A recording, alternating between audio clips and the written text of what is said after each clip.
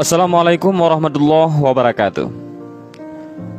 Ketika Nabi Isa alaihissalam berjalan di satu kawasan perkuburan, beliau mendengar suara dari dalam kubur, suara laki-laki yang menjerit-jerit meminta tolong dan dalam kesakitan yang amat sangat.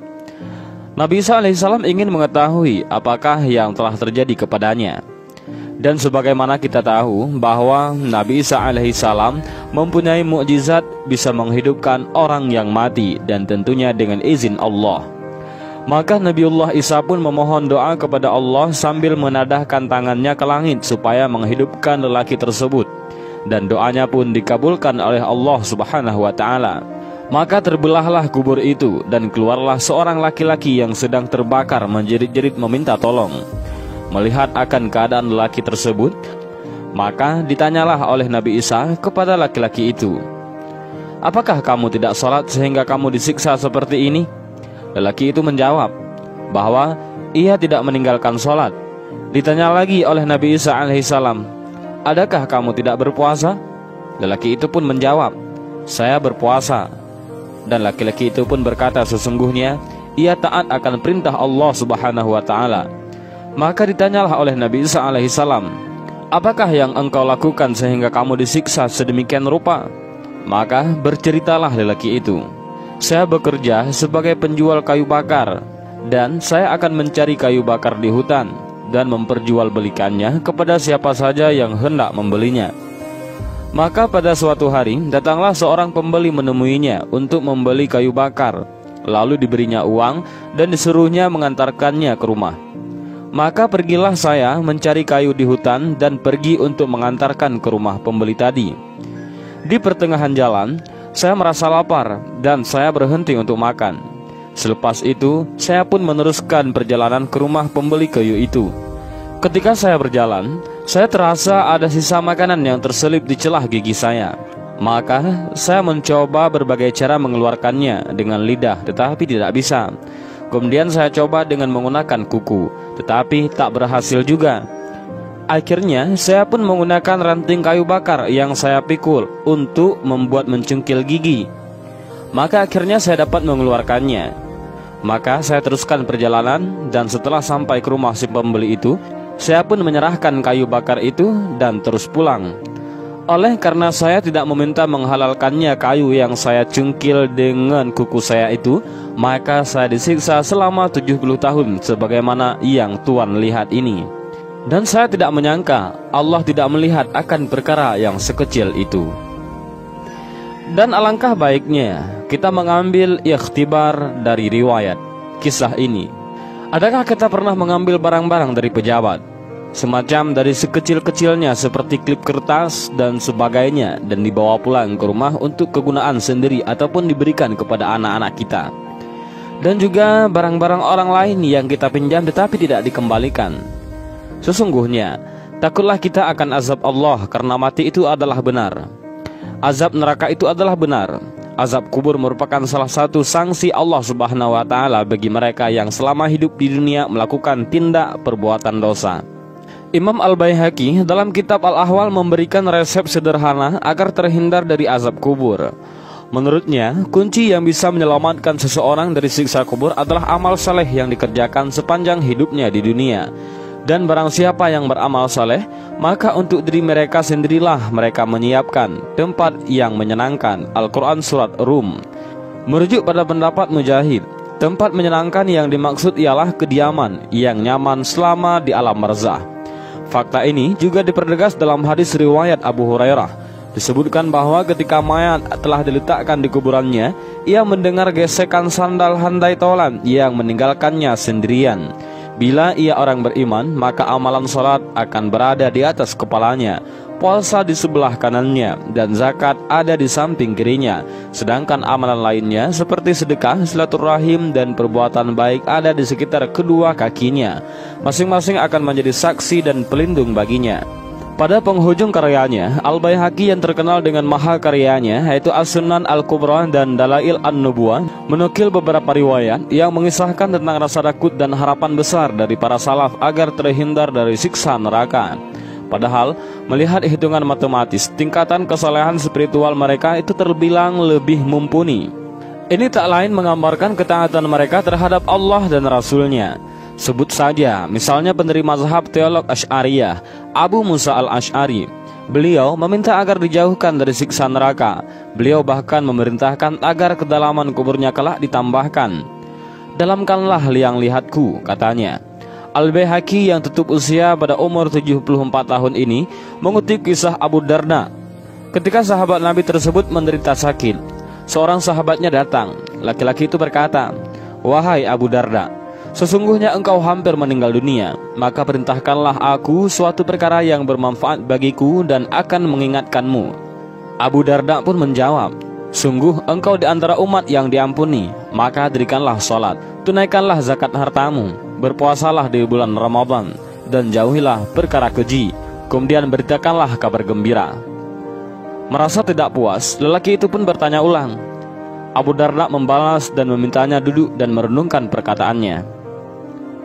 "Bayangkan ketika engkau berada di hari, tatkala tak ada lagi ruang kecuali liang lahat yang luasnya 2 hasta, sedangkan panjangnya 4 hasta.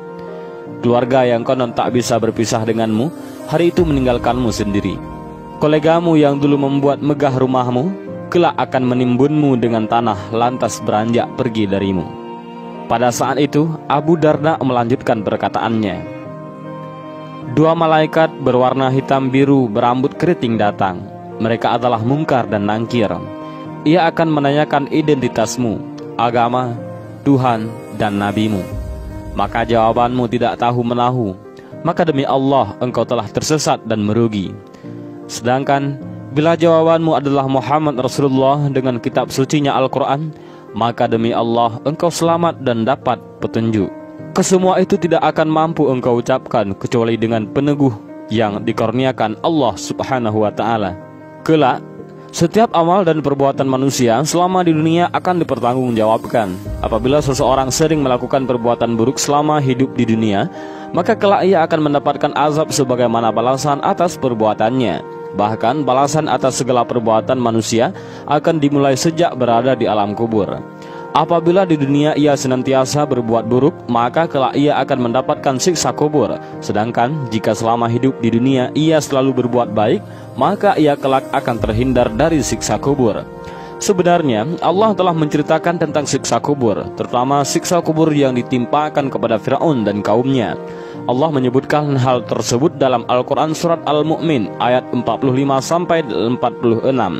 Allah Subhanahu wa ta'ala berfirman, "Dan Fir'aun beserta kaumnya dikepung oleh azab yang amat buruk. Kepada mereka ditampakkan neraka pada pagi dan petang, dan pada hari terjadinya kiamat. Dikatakan kepada malaikat, masukkanlah Fir'aun dan kaumnya ke dalam azab yang sangat keras." Al-Quran Surat Al-Mu'min ayat 45-46. Oleh karena itu, Rasulullah SAW memerintahkan kepada umatnya untuk selalu berdoa kepada Allah agar senantiasa dilindungi dan terhindar dari siksa kubur. Sebagaimana Rasulullah SAW bersabda, "Mintalah perlindungan kepada Allah dari siksa kubur, sebab siksa kubur adalah hal yang benar." Hadis riwayat At-Tabrani. Lalu apa saja yang bisa dilakukan oleh umat Islam agar dapat terhindar dari siksa kubur yang amat pedih dan mengerikan? Hal yang pertama yang dapat dilakukan adalah dengan memanjatkan doa kepada Allah agar dihindarkan dari siksa kubur. Rasulullah SAW bersabda, "Jika salah seorang di antara kalian selesai tasyahud akhir, yaitu sebelum salam, mintalah perlindungan pada Allah dari 4 hal. Yang pertama, siksa neraka jahanam. Yang kedua, siksa kubur. Yang ketiga, penyimpangan ketika hidup dan mati. Dan yang keempat, kejelekan Al-Masih Ad-Dajjal." Hadis riwayat Muslim. Doa yang disarankan oleh Rasulullah SAW untuk dibacakan doa pelindung siksa kubur adalah doa, "Allahumma inni a'udzubika min adzabil qabri wa min adzabin nar wa min fitnatil mahya wal mamati wa min syarri fitnatil masiihid dajjal." Yang mana doa tersebut memiliki arti, "Ya Allah, aku meminta perlindungan kepadamu dari siksa kubur, siksa neraka, penyimpangan ketika hidup dan mati, dan kejelekan Al-Masih Ad-Dajjal." Hadis riwayat Muslim. Kemudian hal kedua yang dapat melindungi seseorang dari siksa kubur adalah membaca Al-Quran Surat Al-Muluk. Sebagaimana disebutkan dalam sebuah hadis dari Abdullah bin Mas'ud, ia berkata, Barang siapa membaca Tabarakalladzi biyadihil mulk, yaitu surat Al-Mulk setiap malam, maka Allah akan menghalanginya dari siksa kubur. Kami di masa Rasulullah SAW menamakan surat tersebut Al-Mani'ah, yaitu penghalang dari siksa kubur. Dia adalah salah satu surat di dalam kitabullah. Barang siapa membacanya setiap malam, maka ia telah memperbanyak dan telah berbuat kebaikan. Hadis riwayat An-Nasa'i. Yang ketiga, amalan yang dapat dilakukan untuk mencegah siksa kubur adalah rajin bersedekah kepada orang-orang yang membutuhkan. Sesungguhnya sedekah itu akan mengurangi kepanasan, yaitu siksaan kubur, dari yang selalu memberi sedekah. Dan bahwa sesungguhnya seorang mukmin itu akan dapat bernaung di bawah naungan sedekahnya di hari kiamat. Hadis riwayat At-Tabarani. Dan selanjutnya, cara keempat adalah dengan berwasiat agar tidak ditangisi secara berlebihan oleh pihak keluarga dan kerabat atas kematiannya. Dalam sebuah hadis disebutkan, seseorang yang mati itu akan disiksa dalam kuburnya karena dia ditangisi sewaktu kematiannya. Sebab itu, wasiatlah di waktu hampir kematian agar keluarga tidak ada yang menangisi dengan cara menampar-nampar pipi dan mengoyak-ngoyakkan baju, sebagaimana bentuk rasa kehilangan yang dalam atas kematiannya. Akan tetapi, tidaklah mengapa kalau menangis biasa saja. Hadis riwayat Al-Bukhari dan Muslim. Dan itulah 4 hal yang sebenarnya dapat melindungi seseorang dari pedihnya azab dan siksa kubur yang begitu mengerikan. Keempat hal tersebut adalah dengan membaca doa yang diajarkan Rasulullah SAW, membaca surat Al-Mulk, memperbanyak bersedekah, dan berwasiat agar tak ditangisi secara berlebihan saat meninggal. Dengan demikian, semoga umat Islam dimanapun berada dapat terhindarkan dari siksa kubur yang sangat mengerikan. Dan inilah sedikit kisah tentang orang yang disiksa selama 70 tahun karena kesalahannya yang kecil, dan cara bagaimana kita terhindar dari siksa kubur itu. Mudah-mudahan video ini bermanfaat. Wallahu a'lam bishawab. Assalamualaikum warahmatullahi wabarakatuh.